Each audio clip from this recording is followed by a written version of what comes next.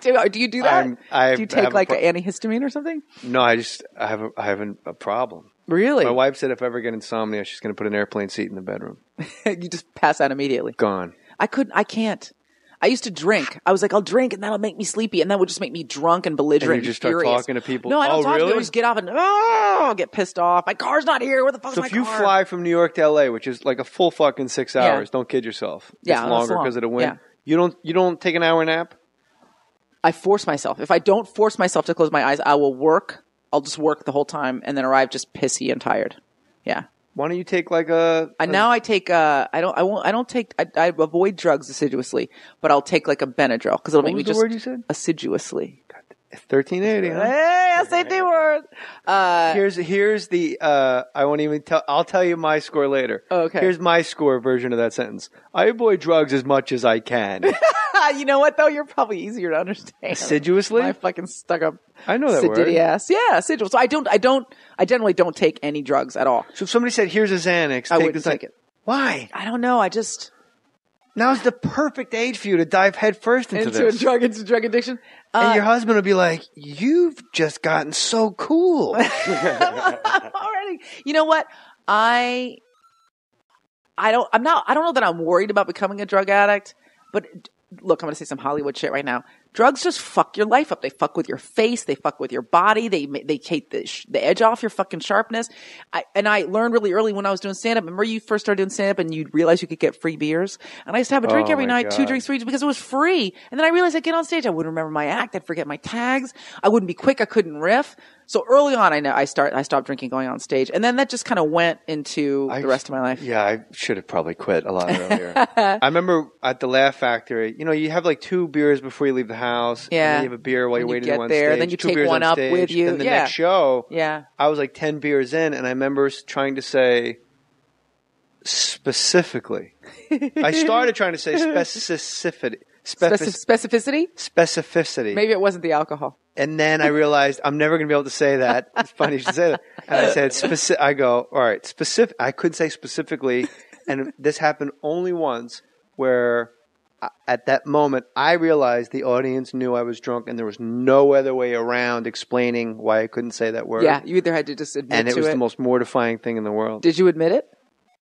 Probably not, out of defiance. Right, like fuck you people. Proop said he said he went on stage once at Greg Proops, great comic, smartest man in the world. Smartest man in the world, says podcast. He just did my show. He's going to be on in a couple weeks. He said he once went up at Cobb's, I think it's San Francisco Cobb's, so drunk, and he said in his head he didn't think he was that drunk. But it was like he was just a slob on the outside, and the audience was just like, just like Jacques, you know what I mean? Just like, ooh, like pitchforks were coming out. But in his head, see, which is different because you realized you were drunk and they knew you were drunk. He said in his head, he's like, I was fine. You know what I mean?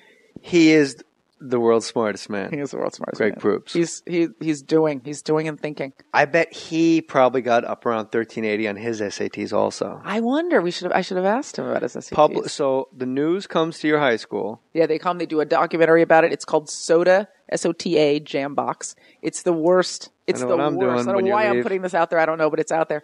But Margaret's in it. I'm in it. And it's just this terrible documentary about my school of the arts, my high school. And are you goggled there? Not goggled, but I am insanely nerdy. I've got like this kind of it's not a Jerry curl. It's just like a really bad kind of stringy wave. I bet I think you're precious. And I sound so rheumatic. Like my note, I'm late to my audition. I sound ridiculous. Arnold had a friend that sounded like that on Different Strokes. Yeah, One of his friends had that super stuffy nose. I'm late. I can't make to my audition because I overslept. Was that a choice you made? No, that was how I sounded. Really? Yeah, I don't know what that was. You're getting cuter. It was ridiculous. You watch it, you'll die laughing. Mindy Kaling was in that a cappella group eventually. Mindy Kaling was in my a cappella group after I graduated. So a lot of funny women go to Dartford. Dartgate. Heart mouth. Holy mouth. Now it's a different image now that I have. But yeah, because the shows were kind of creative and shit. You try to be funny in those things. All right, this is where I have to take umbrage. I'm all for an a cappella group. Take it. But the fact that you were according to the internet, the interwebs, you were in an a cappella group that tried to I didn't write it. Yes, special environmental awareness through song. Oh, it was ridiculous. You're so fucking pretentious when you're 19. We're going to change the world through music, man. Snow leopard, snow leopard, snow leopard, snow leopard, snow leopard. Whoever did anything to you? What the fuck are you doing? That was awesome. We should have done that. We were more of like a political awareness group. We'd sing like songs about South Africa and shit. You know? Term limits, gotta go. No more pork for you, my friend. We're sending you out in the streets. This bill, pork. That bill, pork. Community organizing. You can't leave here. You can't even come close to leaving here without. You said you do a walk-in. I do a walk-in. I have it's the pulse. It's humiliating to even say I do a walk-in in your presence because it's not really a walk-in. I do your act terribly. So don't. You doing my act? It's horrible. I'd love to see somebody immediately act. My act is. I can't remember the last time you saw my act. It's totally different now. Like I do my act terribly. I've heard you on Raw Dog. Yeah, they play my last special. XM. Yeah, they play my last special. And you really, there are comics now. It used to be, I wanted to name my Showtime special "Funny for a Girl." Oh yeah, because it just makes me sick. Oh yeah, when people say that to you. Oh yeah, because when you're really in it, yeah, like no one, I would never think to tell anybody that you were. Because it wouldn't. It would, yeah. You know what, though? It's Aisha. Oh, she's hysterical. Right. But, like, no one's saying Lisa Lampanelli. Right. It's funny to for go a chick. a polar. You know, Right. Yeah, you're pretty raunchy. I'm she's pretty funny much. for a girl. Like, I think now with Kathleen Madigan, Margaret Cho. Right. I think So now many there's women doing enough female comics where you just want to go see them. Right. I have a lot. I mean, I'm lucky because my comedy is so guy friendly. It's, I mean, my show's, it's dirty. It's for grown-ups, but it's not like Def Comedy Jam. I mean, I try to do what we do on Archer, which is, I mean, this is the comedy I've always done, but like, it's a good example where Archer's filthy and smart. I try to do a show that's smart, but also completely filthy. Look, you paid fucking $100 for a babysitter and you just bought 2 tickets and you just had dinner and this is your night out and I'm not going to talk about flying and peanuts. Let's go. Let's fucking do this. You get one night on a month. We're going to have a grown up conversation. But I have a lot of men, a lot of straight guys come to my show. I have bachelor parties come to my show. Really? Yeah. Oh, I have like 16 guys. No one ever says take off your shirt. And, even if they're thinking it. And at That's the end gotta be the worst thing right before you get married. You see somebody more attractive and funny on stage in front of you. Like, oh, what am I doing? I sign a lot of asses. I sign a lot of naked dude parts. But I have a lot of guys, and they don't say you're my favorite female comedian. They say you're my favorite comedian. You know what I mean? And I don't try to get up and say shit I think it's going to be funny to guys, or I think, oh, I can't get the guys. I'm just no. gonna That's get just the how girls. your mind I just works. get up and I do my shit. You know what I mean? And you're gonna like it or you're not gonna like it. Well, obviously, more people like it than don't like It's it. doing all right. It's doing all right. You mentioned, I like that you. The thing I love most about Archer, honestly, I love that you're on it. Thank you. And I love a cartoon drawing of you in your underpants. Makes me very happy. I'm naked a lot on that show. I'm like, yes, yes, She's animator. way better shape than me. Emory University drawing major. Yes. 2 years of art community college. Let's go. Tech Nines and leggings. Yes. But I love on Archer that there's like, you guys are on cell phones, but then a guy has to get like his card punched to get into like a cafeteria. There's like a Whopper 2000 like in the wall of the laundromat. But It's brilliant. we have laser sighting. Yeah, it's great. Yeah, laser sighting. But then there'll also be like a reel-to-reel machine. And they'll be like, I'm waiting and the for computers are like Tandy 64s or whatever. Like, yeah, Jessica like green, Tandy, Jessica actually Tandy, just counting. her counting with an abacus. And you say, like, I'm waiting for, well played. Thank you. RBI single. We were up by a lot of runs. That's why I didn't stop. It's all right. Let's I keep didn't stop moving. the game we for got, it. We got a little bit more time. Let's We were make way a up. point. Let's make a point. Let's put these babies to bed. And they'll have like a fax machine. Like, I'm waiting for a fax. Teletype. Yeah. It just cut. Yeah, it's great. It's very anachronistic. I don't know where he got that idea, but it's like. But to me, that's a lot of I know now I'm stepping into your wheelhouse realm. Come over to my Not wheelhouse. you. It's the people that, are going to tweet you. Oh, yeah. Go, he didn't know what the fuck he was talking. Oh, yeah. But like, to me, that's the best part of the show. There I said Yeah, people love it. I love it too. I love that like Archer's driving like a Dodge Charger that's actually a current, like it's not a vintage car. He just bought it. It's like fresh off the lot. And then we're in the jungle and we have like, night vision. Just a tip. Just the tip. Do you ever blur the line between Lana and you? Like, do you ever get like someone's writing a check in line in front of you, and at like Walmart, and you're like, and you just reach for the Tech Nines? I love your whole scenario about my life that I'm in line at Walmart about to write a check. Excuse me. Are you ever? No. Let me rephrase. You're absolutely correct. I was way off base. Sounds like a good line. Are you ever in line at Target? And the woman in front of you, who you got behind because she only had 2 items, a bag of Goldfish crackers and a pack of cigarettes. How long could this take? How long and she could it takes take? out the checkbook. Do you ever just reach for the Tech Nines to just pop her in the leg? If I to avoid the femoral artery? Yes, it's a way to make it a through and through. I don't want to end your life. I just want to teach you a lesson. Right. Like you've done to Archer many times. I would love. Are you going to shoot me again? Probably. Okay, I'll move. If I could carry a gun at all times, I probably would.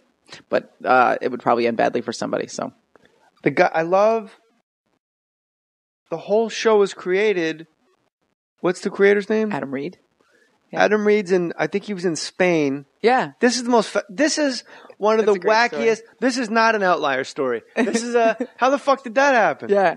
He's in Spain. He wants to talk to the waitress who's hot. He can't figure out anything neat to say to her, and says to himself, "Man, if I was like a spy, I would just be able to talk to her." If I was James Bond, I'd just walk up to her. Goes to FX and tells them that story. They give him a fucking show. Here I am fleshing out characters. Writing beat sheets and timelines. I'm going in with like Bobby Moresco and, Danny, I'm going in with like showrunners and KP Anderson, and he could write it. He can run it. Right. And I got this all. She's going to do my makeup. That guy's going to drive everybody. 10 episodes from now, my cousin's making we find out he's an alcoholic. Like, we see it's a whole long thing. This guy goes into FX, Sons of Anarchy. Like, they have real, giant shows with people, human, acting people, and goes, if I was a spy as a cartoon, I would know what this. Sold! We love it. Is that the day Coach from Cheers just took over FX? I love it. I love it. Get out of here. Lunchtime. I feel like he pitched, I'm going to make a movie about James Bond.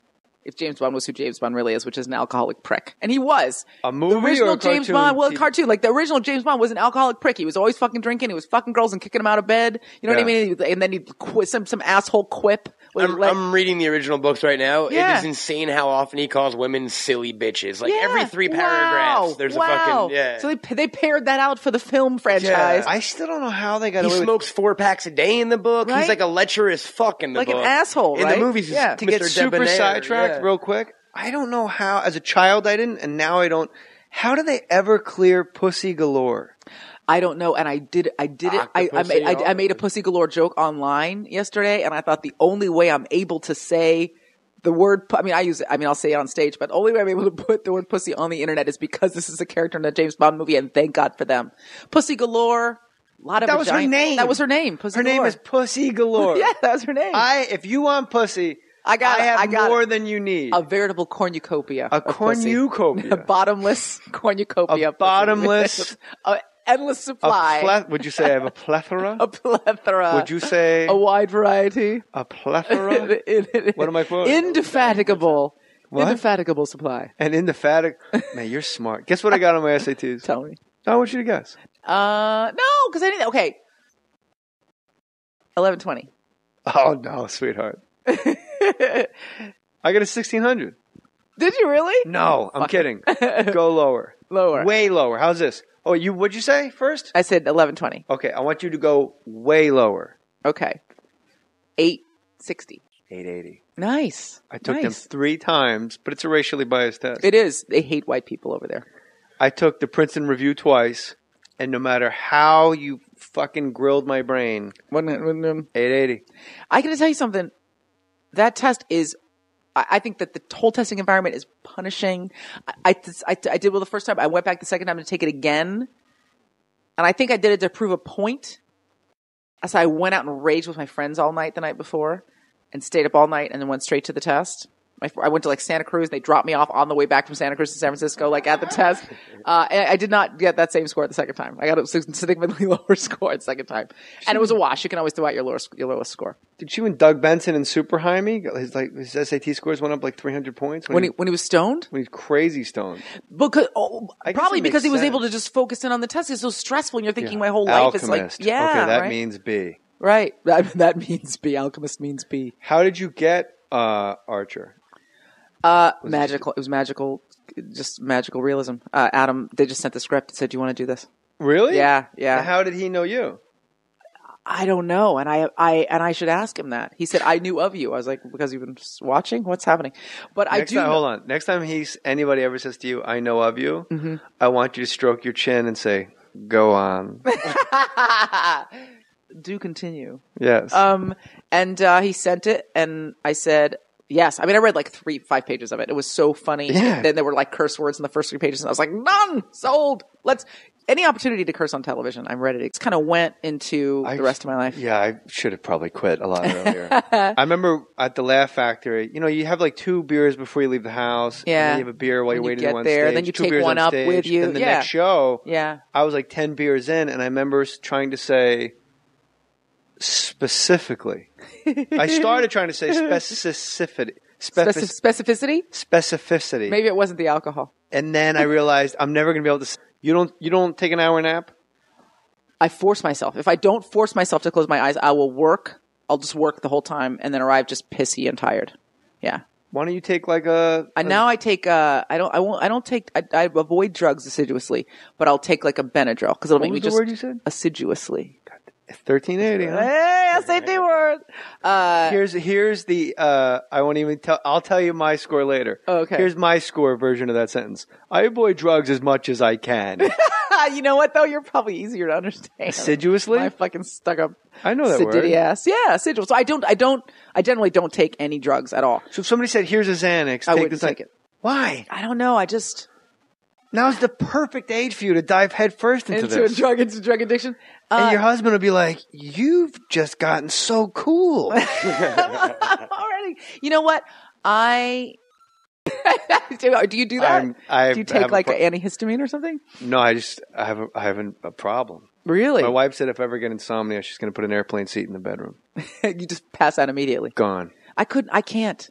I used to drink. I was like, I'll drink and that'll make me sleepy, and that would just make me drunk and belligerent. And you just start talking to people. No, I don't talk to really? people. I just get off and I'll get pissed off. My car's not here. Where the fuck's my car? So if you fly from New York to LA, which is like a full fucking 6 hours, don't kid yourself. It's longer because of the wind. Yeah. I don't know that I'm worried about becoming a drug addict, but look, I'm going to say some Hollywood shit right now. Drugs just fuck your life up. They fuck with your face. They fuck with your body. They take the edge off your fucking sharpness.